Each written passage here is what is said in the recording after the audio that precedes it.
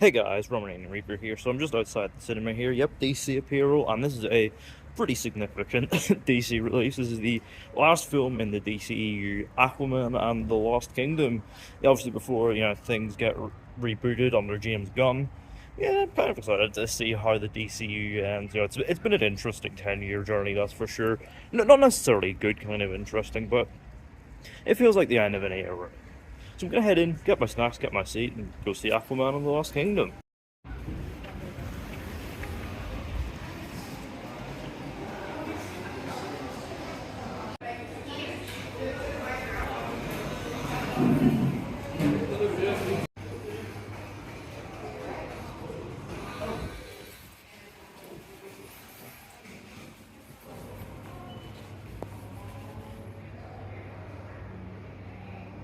So yeah, I've got my popcorn and drink here, Wonka's Wondrous combo, ready to witness the end of the DCEU.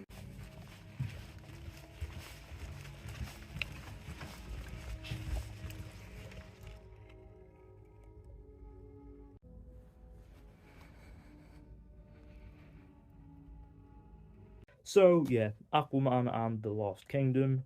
Obviously I'm back from seeing it, and look, I have to address the elephant in the room here. After 10 years, the DCEU is finally over, and what a turbulent journey it has been. Some high points, some low points, everything in between. It's become kind of clear that the franchise can hardly sustain itself and needs put out of its misery.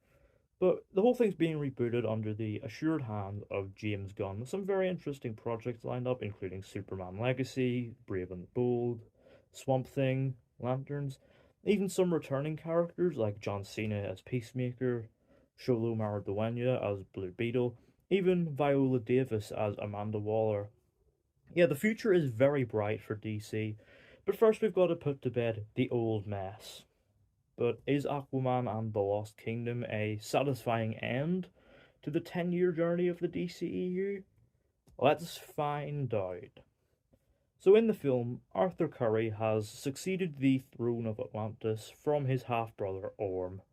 However, the position has hardly been what he had wanted, with it being endless council meetings rather than him getting out there and kicking ass.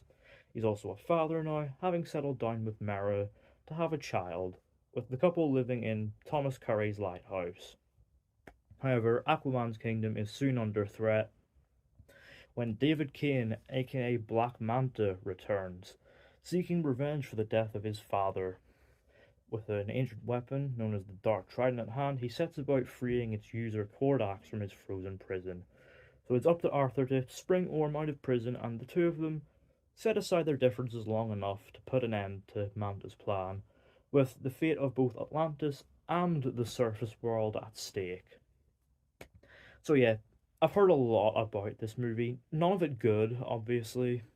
There's been reports of terrible test screenings, really low scores from test audiences, reports of walkouts, and extensive reshoots. And it's all been proven and debunked so much, it's kind of hard to tell what to believe. So the movie comes to us, with a burden off its shoulders, no real expectation of being good or even financially successful. But so I'm just sat here in the middle of this, all these terrible reports, and I'm sat here in the middle of this, I'm thinking, the movie is fine. Like, I hesitate in calling it, good, but it's certainly one that I had an entertaining enough time watching. I mean, for one, James Wan is clearly having a lot of fun taking the inherent silliness of the comic books and just running with that. There are some really delightfully goofy, campy moments which could only come from a comic book. Like, you've got lines of dialogue like, first you take your brother's throne, then you take his woman. Aquaman, shame on you. And even like a volcanic island known as Devil's Deep, which serves as a headquarters for the villains. And even you've got returning characters like Topo, the drumming octopus, and you've even got the introduction of Storm, a seahorse who is Aquaman's best friend. It's all so delightfully campy and silly. James Wan is having a lot of fun embracing the comic booky stuff, and it shows. However, you can also kind of see where his vision has been compromised. Like, another 20 or 30 minutes wouldn't have gone amiss because there are clearly scenes missing. Like, the film alludes to cool stuff that's never actually shown. Like, for instance, when we're breaking Orm out of prison, the actual breaking into the facility is largely communicated through voiceover. So by the time we actually get there, it's like, hey, we're here. And that could have been a cool set piece. And you can also kind of tell where it's been cut short in regards to characters as well, like notably Mara, who is left largely to the sidelines with not a lot of dialogue. And even Manta is kind of done dirty. Like his revenge arc is really cool, and I was really excited to see how they pay it off. But it's also kind of relegated to oh, the evil Trident MacGuffin has possessed him. It's actually this evil character, voiced by Peter Asbeck, who's just kind of phoning it in. You can tell he's kind of bored of playing villains in like big budget movies now. Like, like he wants something else to do. It's a shame because there are plenty of entertaining stuff here that absolutely does make up for that. Like, you got some very entertaining action set pieces. They've got very energetic and fluid choreography. There's a lot of sauce on display here. And the heart of the film is a very entertaining buddy comedy dynamic between Arthur and Orm. You can tell Jason Momoa and Patrick Wilson are having a blast playing off each other. Momoa is, the goofy one, firing off quips and zingers aplenty, while Patrick Wilson is the straight man sort of responding to it all with a deadpan eye roll.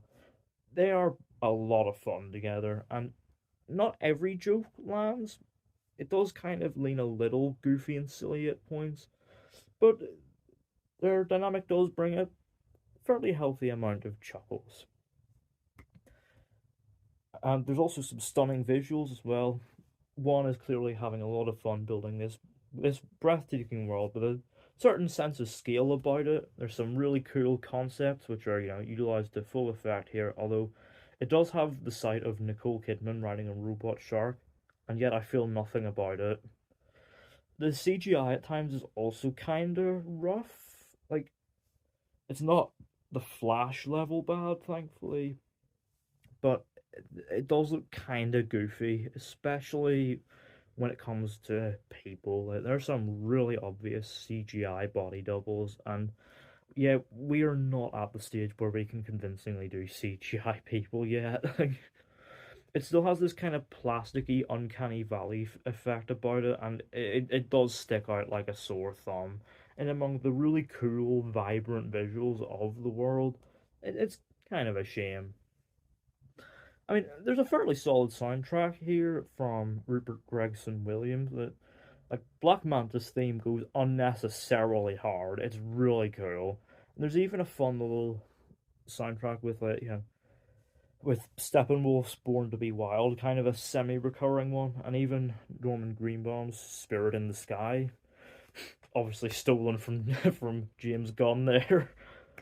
But yeah, the from a technical standpoint, the film is mostly fairly solidly made, and the whole thing does kind of build to a fairly satisfying climax, which does have some entertaining action and character payoffs, even if it does leave its final battle with Korvax like kind of short and underwhelming. Like it just sort of takes like one move and like the whole thing is over basically. Like it's kind of a shame. Like I would have liked definitely a bit more of an epic fight. The last big battle of the DCEU.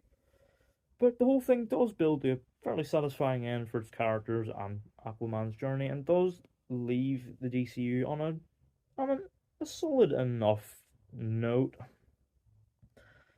And yeah, I think that's about the extent of what I have to say about Aquaman and the Lost Kingdom. It is fine. It's an entertaining enough, if kinda uneven film. Certainly fitting of the DCU that it goes out in this way, but hopefully things are a lot brighter with James Gunn in the picture now. And overall, I'm going to give Aquaman and the Lost Kingdom a 6 out of 10. So yeah, let me know down in the comments, have you seen Aquaman and the Lost Kingdom? What do you think of it? Do you like Momoa's portrayal of the character? Would you like to see him back in the new universe, either as Lobo or as Aquaman? Do you think it's better than the reports have made out? And are you excited for the future of DC? Let me know all that down in the comments. Don't forget to hit the thumbs up button if you enjoyed. Don't forget the subscribe button if you're new. And don't forget to turn on post notifications so you don't miss an upload.